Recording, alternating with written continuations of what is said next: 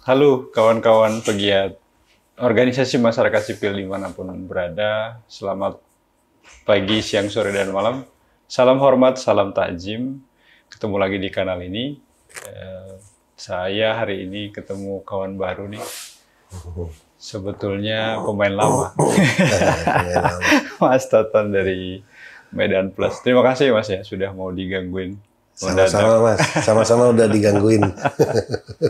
Apa kabar Mas, sehat ya? Baik Mas. Ya, itu yang penting sekarang. Iya, Kita iya. sehat dan waras. Waras, tetap waras. Nah Mas, kalau boleh ceritakan Medan Plus ini apa sebetulnya? Iya ya, Medan Plus. Kalau dari awalnya sebetulnya ini hanya kumpul-kumpul teman-teman nih, kumpul teman-teman yang terdampak dengan HIV sama narkoba.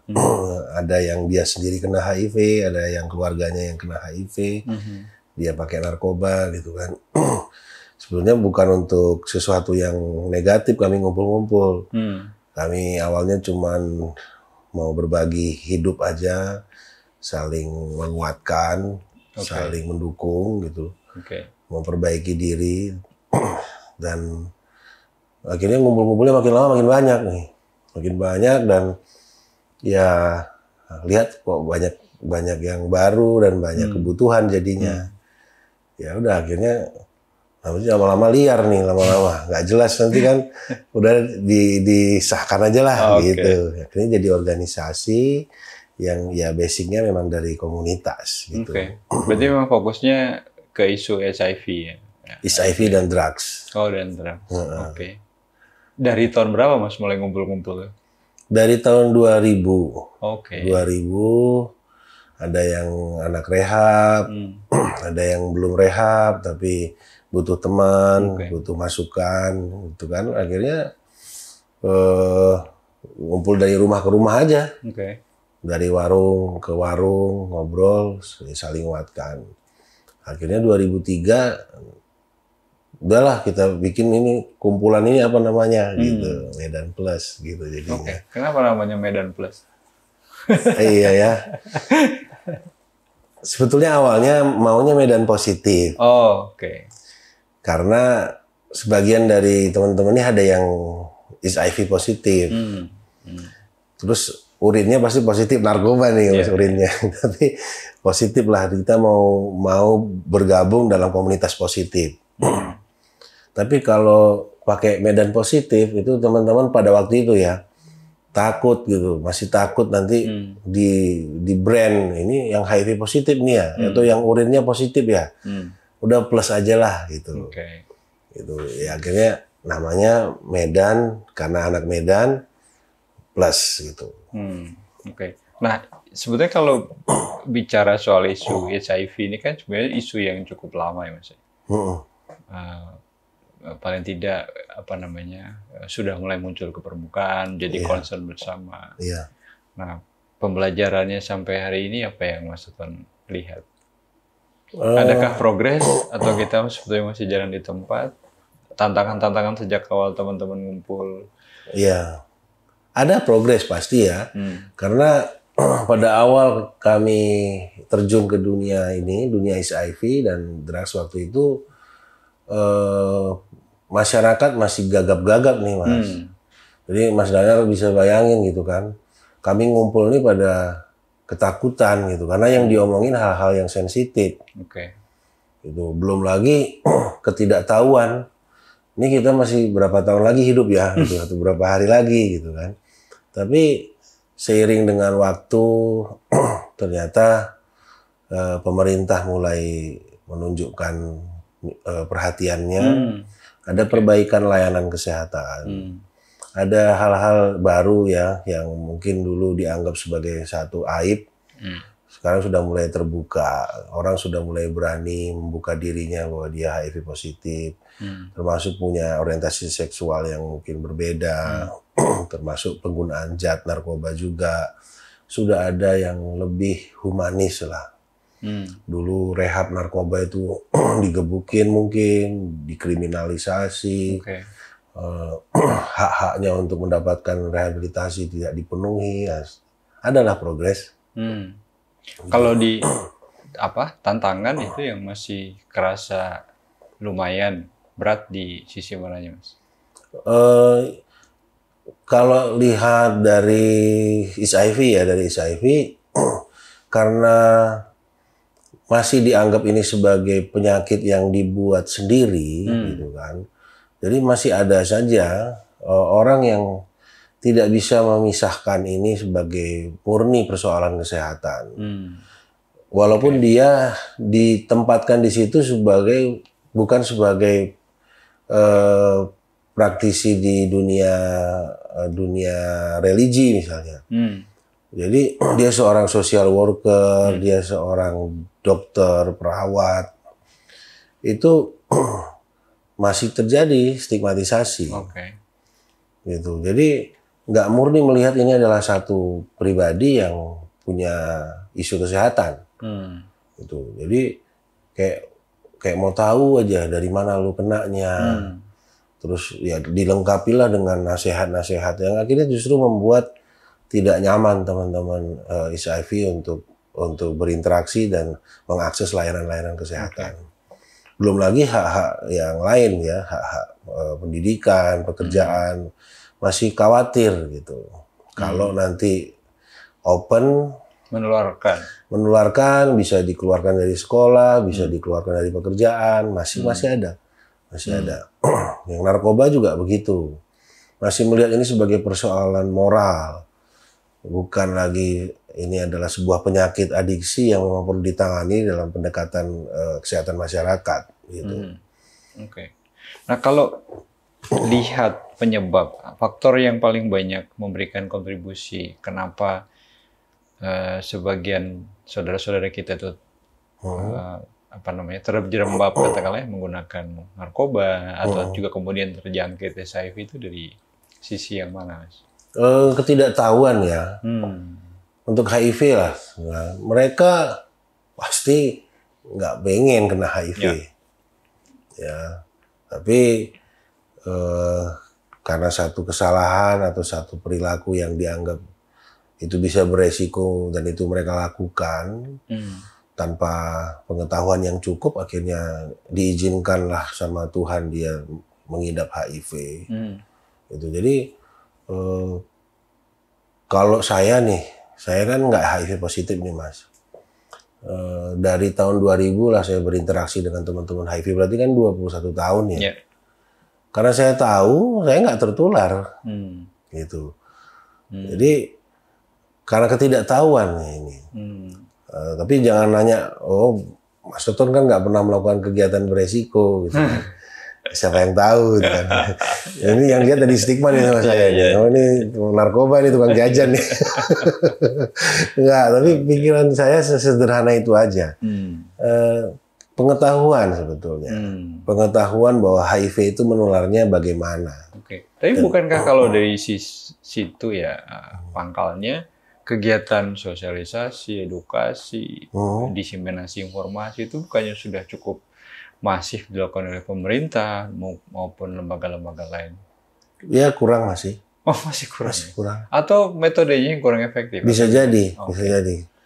Karena untuk COVID lah, untuk COVID kan lumayan gencar, ya. Jadi masyarakat juga lebih aware. Ngomong-ngomong, aku udah vaksin 3 kali, udah nggak pakai masker nggak apa-apa nih, iya. Saya juga udah vaksin 2 kali. Boosternya yang belum. Iya. Tapi pikiran saya sih begitu. Ketika seseorang tidak dibekali pengetahuan, gitu kan, dan kan generasi berlanjut terus. Jadi kurang masif lah.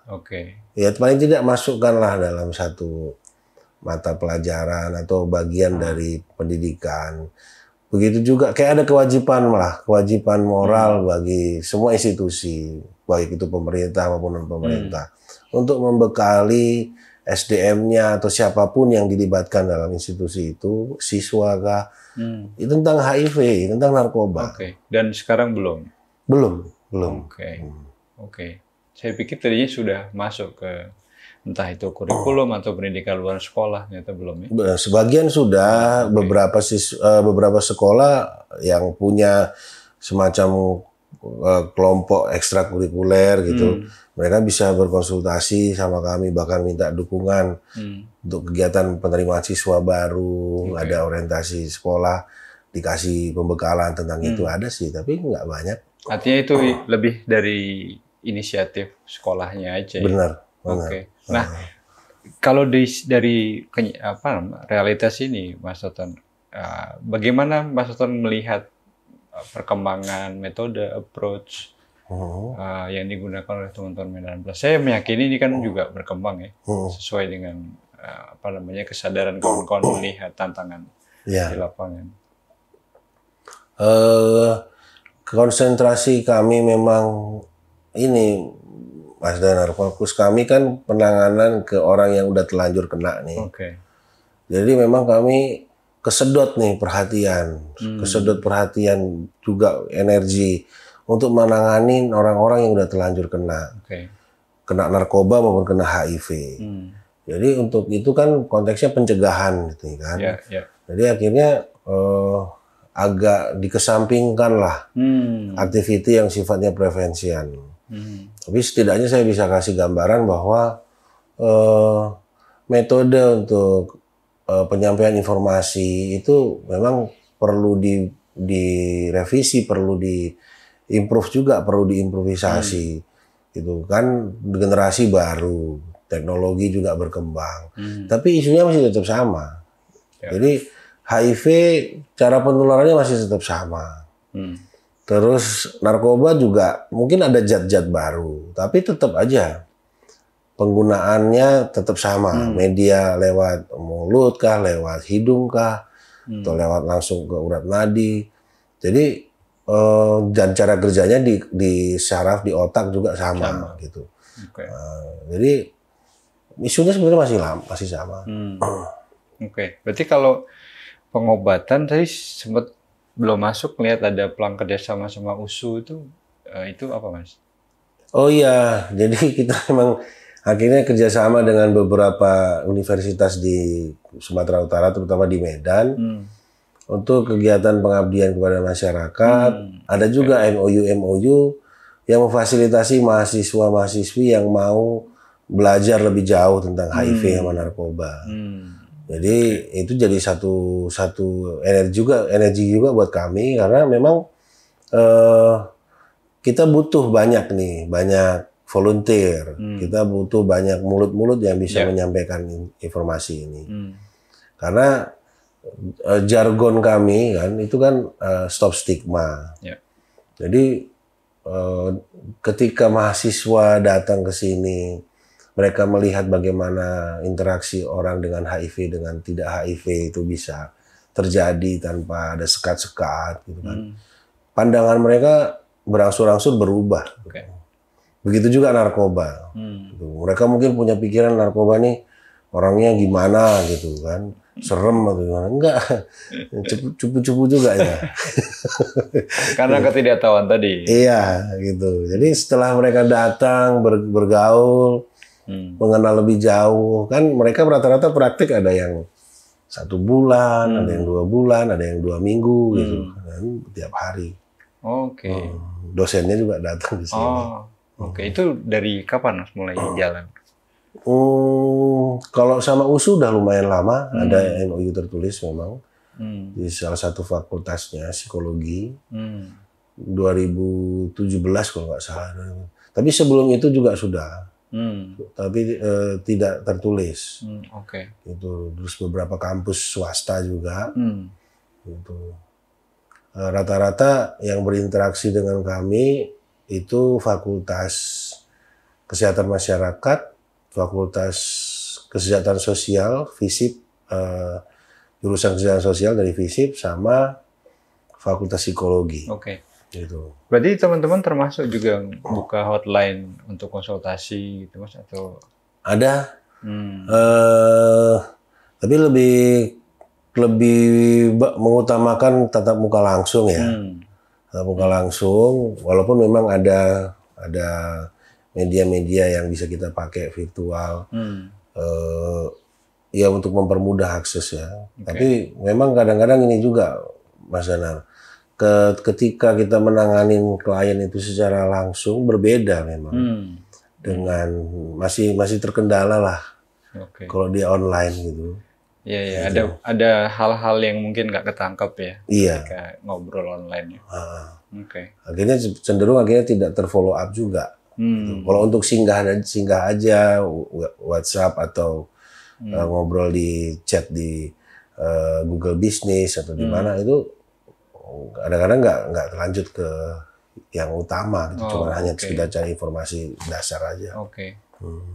Berarti termasuk saya lihat tadi di depan ada foto klinik rehabilitasi atau rumah rehabilitasi itu juga bagian apa yang diupayakan oleh kawan-kawan di Medan Plus ya Mas?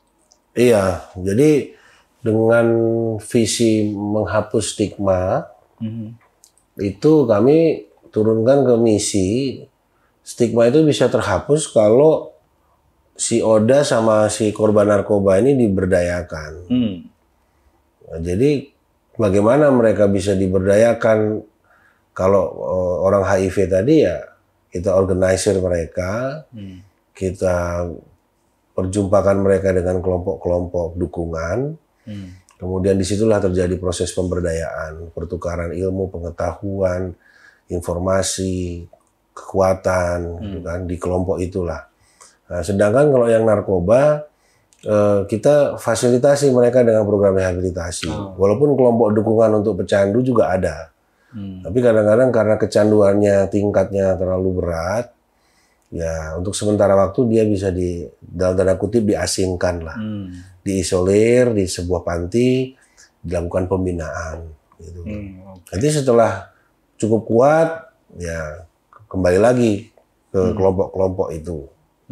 Untuk di-maintain setelah pemulihannya. Gitu. Nah, kalau respon pemerintah sendiri, Mas, khususnya untuk yang di pengobatan ya. Ini tadi saya mendengar ceritanya Mas Anton kok kesannya jalan sendiri ya. Ya meskipun ada kerjasama sama kampus ya. Tapi adakah kerjasama juga dengan pemerintah? Karena bagaimana juga ini kan sebagian juga tanggung jawab pemerintah kan sebetulnya ya. Iya. Nah, gimana Mas Anton ngeliatnya? Bukan seluruhnya ya. Kalau mau, iya, harusnya seluruhnya malah ya. Iya. Salah saya. Karena sebetulnya gini juga Mas Zanar, ada case nih baru nih. Ada ODGJ nih, orang dengan gangguan jiwa yang HIV positif. Terus ya aku bilang lah sama teman-teman, ya kirim aja ke rumah sakit jiwa. Nggak mampu dia Bang, ya kirim ke pemerintah. Nggak masalah itu nanti. Dalam hati gini kan, tes aja. Nggak diterima. Ya, karena HIV positif. Kalau hanya ODGJ mungkin diterima, walaupun dia miskin gitu kan. Nah, hal-hal itulah yang terus dihadapkan sama Medan Plus. Ketika pemerintah masih gagap-gagap menanggapi persoalan HIV, ya kan, Medan Plus sembari mengingatkan tanggung jawab pemerintah, ya punya cadangan juga. Ini orang memang harus ditangani. Kan? Jadi dengan harapan setelah kita lakukan dulu, kita ngomongnya sama pemerintah jadi enak nih. Masa kalah sama swasta gitu. Masa komunitas lagi. Iya. Masa gitu doang nggak berani gitu kan. Gak ada lo duitnya ini gitu kan. Medan Plus bukan gudang duit gitu. Terus ya orang suka bilang itu kan komunitas. Ekspornya di mana? Dari kedokteran mana? Dokternya siapa? Selalu yang begitu-begitu. Gitu. Ya ini orang gila HIV positif. Ini ditanganin tuh loh yang pemerintah bilang punya fasilitas lengkap, dokternya tamatan ini. Iya udah, ini sekarang gimana? Nah, tapi itu kami juga menanggapinya bukan dengan marah-marah gitu, Mas. Senyum aja gitu kan.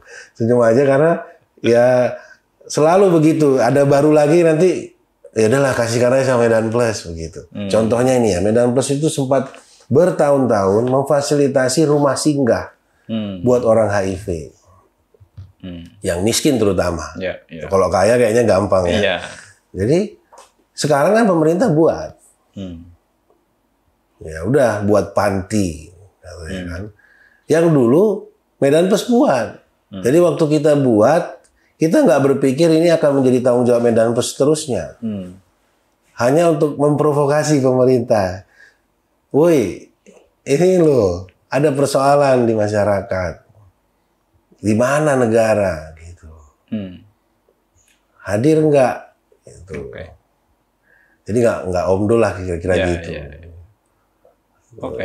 Nah kalau dari angka Mas, trennya gimana di Sumut atau Kota Medan terhadap penderita HIV dan pengguna narkoba ini? HIV masih tinggi ya. Untuk level nasional provinsi lumayan juga. Saya kurang tahu persis ya karena untuk teknis saya kurang mengikuti perjalanan program ini. Tapi mungkin 5 besar masih ada. 5 besar untuk nasional. Tapi kalau narkoba, Mas Danar, Sumut nomor 1. Saya nggak tahu tepuk tangan atau gimana nih. Sumut nomor 1 tuh. Juara ya. Juara tuh. Hampir semua kampung, kabupaten, kota, apalagi Medan. Gitu. Ya pemerintahnya kalau nggak diingetin, ya santai-santai aja. Nanti sampai hilang nanti mobil dinas terutama ya, hilang nanti baru. Tapi ya setiap kali pertemuan saya selalu ingatkan untuk itu. Mas Sutton pernah ngerasa lelah nggak sih? Capek, frustasi? Ya kan manusiawi juga. Iya, sempat memang. Sampai kapan sih gini gitu? Ya contohnya kan ada beberapa case kita menangani pendampingan hukum pemakai narkoba gitu kan. Kok rasanya sulit kalau nggak ada pelicin gitu kan untuk mendapatkan haknya gitu. Dan belum lagi yang buat kesel juga kan gitu. Itu dilakukan oleh oknum-oknum yang kita kenal gitu. Secara personal kenal. Iya. Saya pikir dengan kenal baik, ada privilege lah gitu. Ya tetap juga sumut Mas. Semua urusan mesti uang tunai.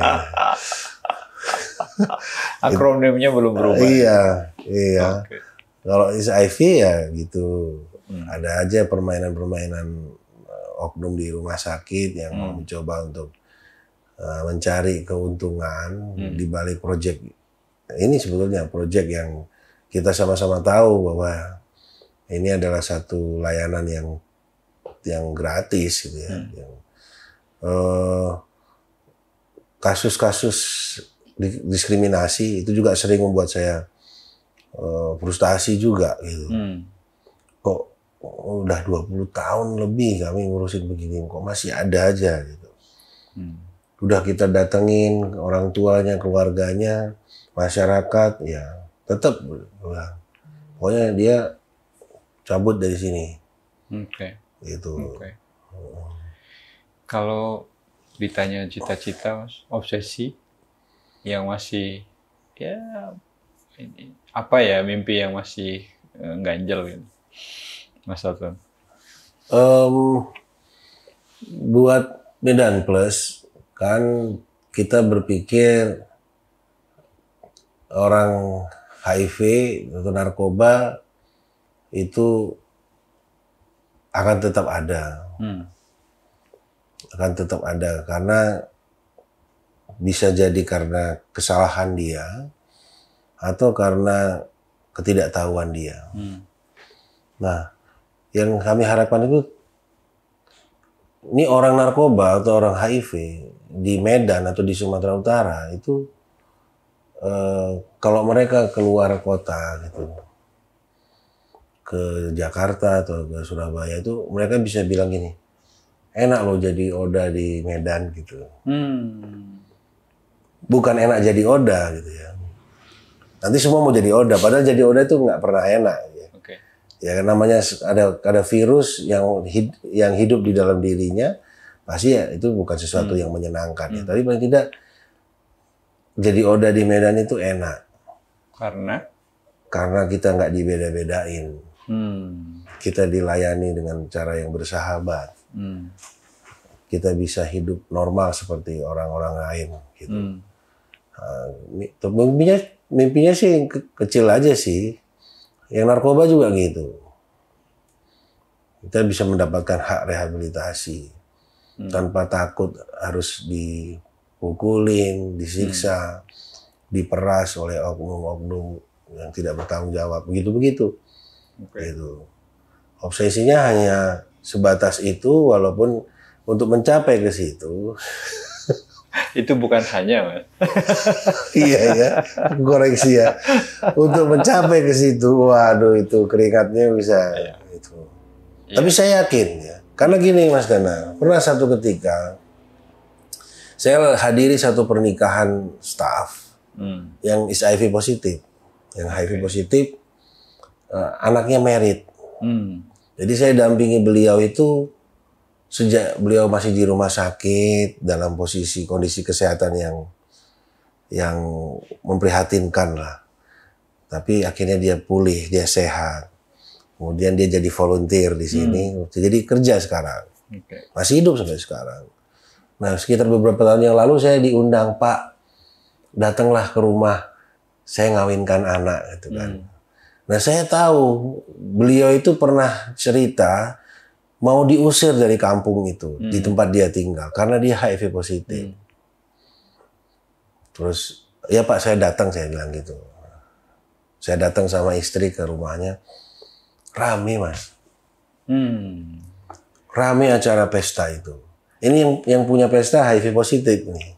Dan tetangga tahu? Iya. Tetangga waktu itu udah mengusir dia, tapi dia bertahan tetap ya. Terus dia tunjukkan dia bisa sehat. Sambil ya biasalah ada keyboard tunggal, nyanyi-nyanyi. Terus saya sambil makan, gitu. Terus saya panggil Pak, teman saya yang pesta tuh, duduk sini Pak. Hari ini saya tahu Pak, gitu kan. Apa Pak Tutan? Ternyata visi Medan Plus itu bisa dicapai. Gitu. Kenapa Pak? Kan? Ya hari ini saya tahu bahwa stigma itu bisa terhapus. Tadi di jalan saya sudah mikir, Bapak bikin acara pesta rame nggak? Ini acara bukan acara orang HIV lagi nih Pak. Dengan banyaknya tamu seperti ini, Bapak berhasil menghapus stigma loh. Ini hari ini saya dapat energi baru gitu. Saya dulu mikir bahwa visi ini terlalu tinggi nggak akan bisa dicapai. Tapi hari ini terbukti. Bapak sebagai orang HIV bikin pesta pernikahan rame, orang nggak takut sama Bapak lagi. Selamat ya Pak, lu selamatlah sama Bapak katanya lagi balik. Tapi kami tersenyum, kami menikmati itu. Saya pulang dari sana, saya bilang sama istri kan, wah luar biasa. Nah itu energi gitu, itu energi. Oke. Mudah-mudahan kemudian melebar ya Mas, di tempat lainnya. Benar. Terima kasih banyak nih Mas atas waktunya.